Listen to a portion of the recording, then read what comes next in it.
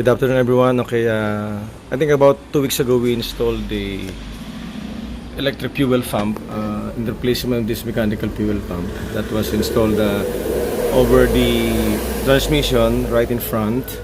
So I haven't removed this one because I need the block of plate to be placed right here. So as you can see, the line going here, right there, is already going straight to the tube right here and to be distributed up on the left, on the right of the carburetors.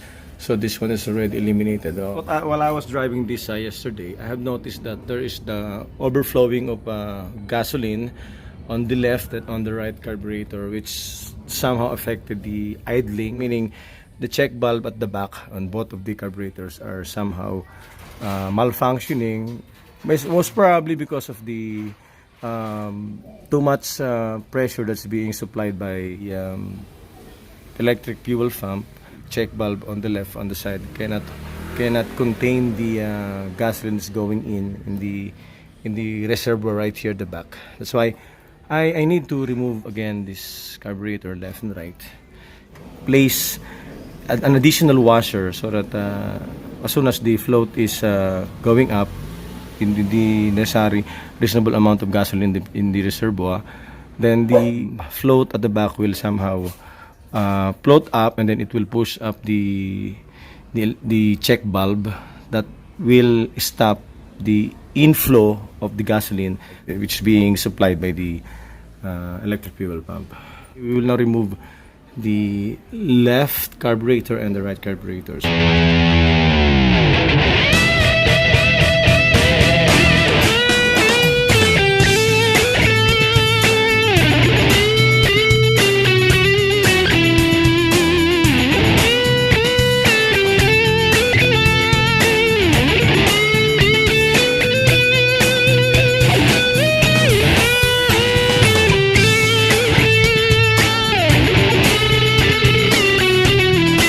We have finally removed the top portion of the left and right carburetors. No? So I was telling earlier about this check valve. Okay, let me just focus it a bit. This is the check valve right there. So as soon as the supply of gasoline inside the reservoir is enough, this one will float up, and then the check valve now of course will close, no? So that the supply of gasoline come from this portion will be blocked by this check valve. That's the purpose of the check valve. Now, since again I was telling earlier, since the electric fuel pump has a greater pressure of gasoline coming in, so we have to remove this one and put an additional washer right here. This will travel a bit shorter because this one has to float up all the way up like that. So I don't think the check valve is closing properly, so we need to place a washer right here so that this will somehow travel only up to this portion without, however, a need to travel all the way up right there. Okay, we'll remove this one, and of course also this one on the other side. Okay.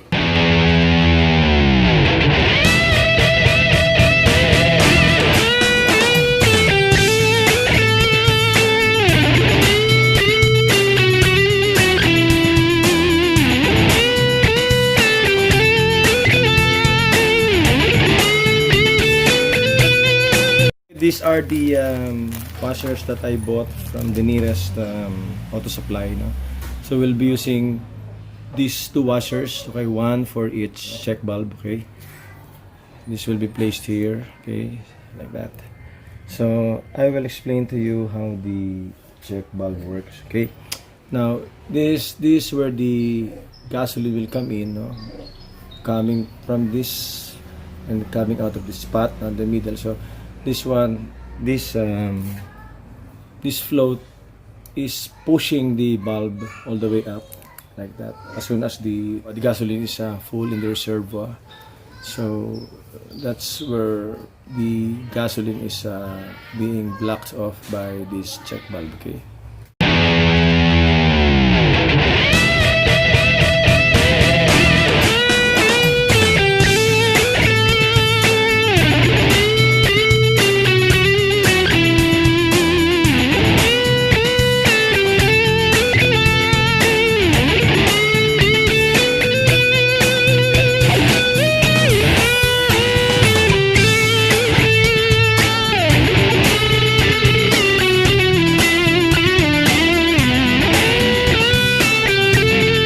installed the washer right there, the additional washer, and of course the check bulb, and of course the float.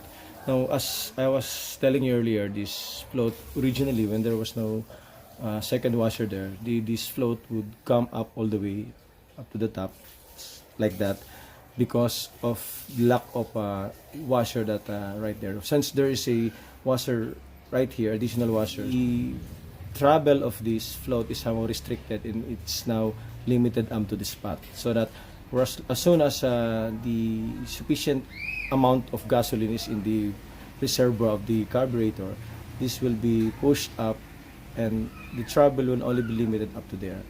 It won't travel up as far as all the way up to the top portion of this cover. Okay, so the valve will close immediately, thereby restricting the gasoline that's coming in from this tube going all the way down there.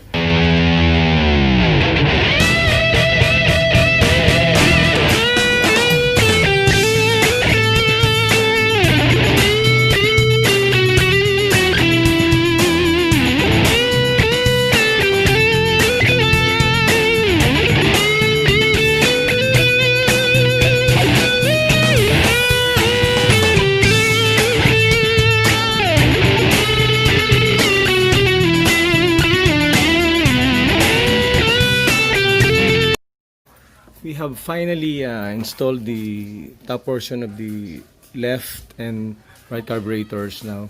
I have already checked also the linkage, if it is properly adjusted. So I think everything's okay now. So we'll try to start the engine. If we have accomplished what we are trying to achieve this afternoon, okay? Start the engine and see if there is no excess supply of the gasoline on both carburetors, left and right, coming from the electric fuel pump, which has, as I was telling earlier, has a greater pressure compared to this mechanical fuel pump. Okay.